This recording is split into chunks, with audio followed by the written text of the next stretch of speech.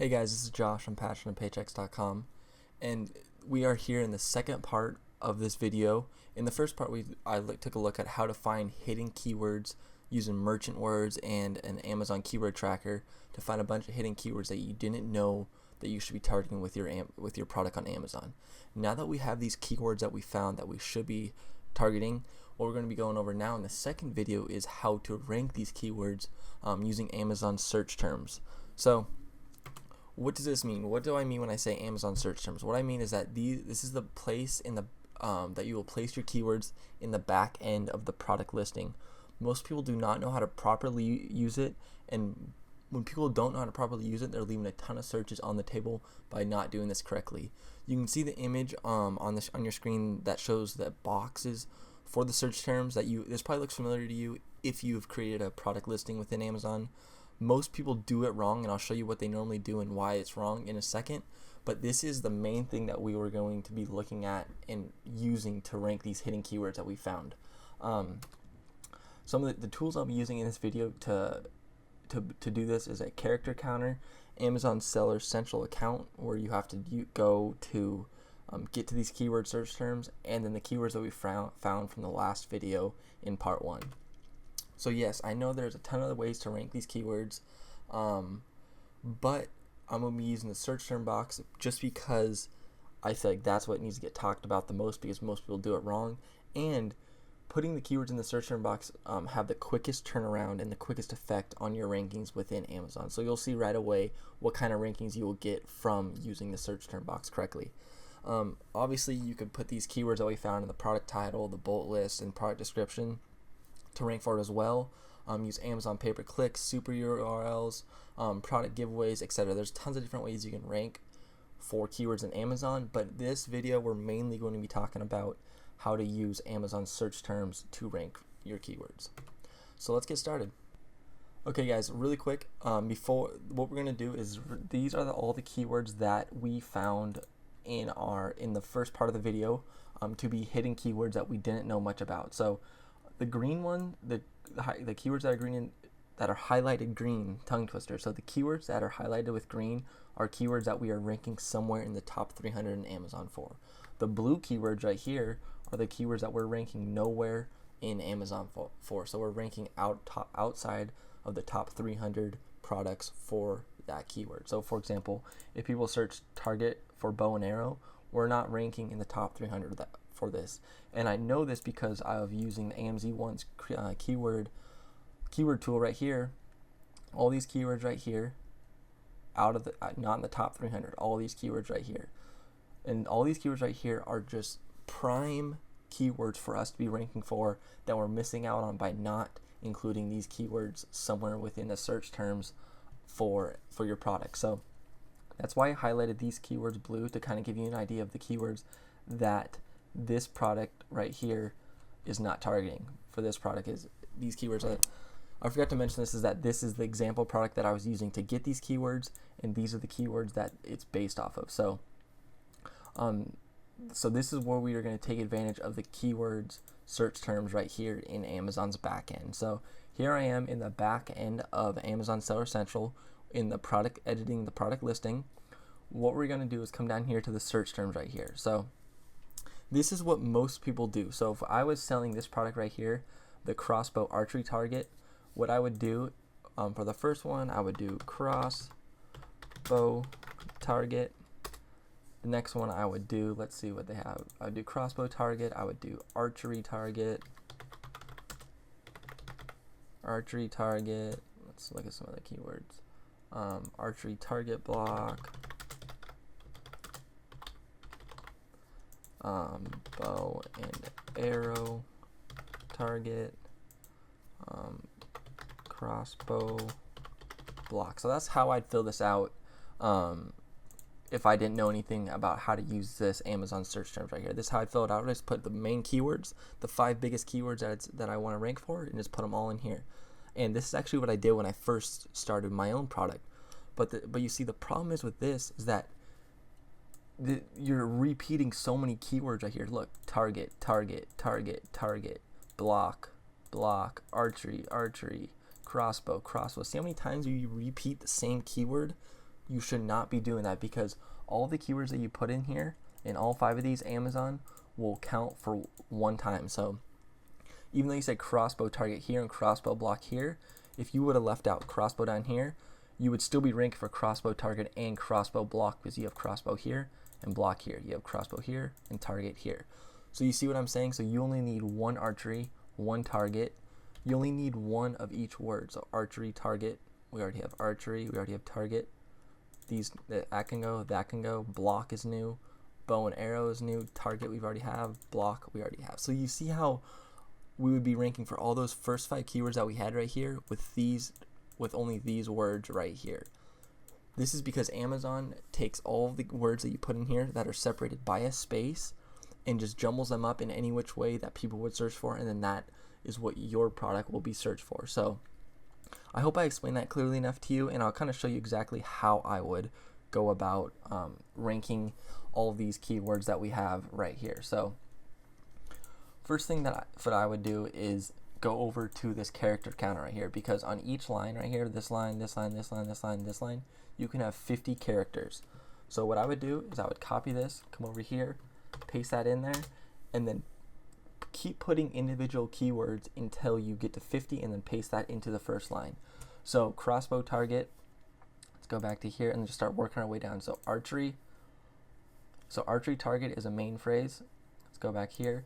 We don't need to put archery target again because we already have used the word target. So all we have to do is put archery in. So we put a space, go back here, archery target block. We already have archery, we already have target. So what we do is we would put block. Next, we would go to back crossbow target. We already have targets and crossbow, so we would leave that. Targets for bow and arrow. So we already have targets. Oh no, we don't have targets, we have target. So we can do targets. And then we can do bow, arrow.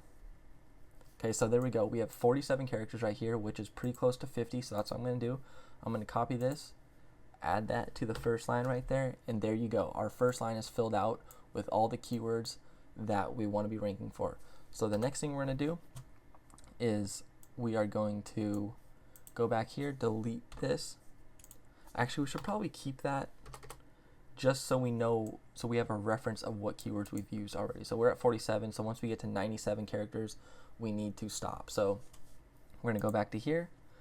We were here, so bow and arrow target. We already have bow and arrow and target. See, bow, arrow, and target. So we leave that keyword completely out because we're already ranking for that. So deer target for archery. We don't have deer yet, so what we can do is come down here, put in deer, go back to our keywords. Bear archery, we can put in bear. Next we can go target for archery. We already have target and archery. Target for bow and arrow, have that.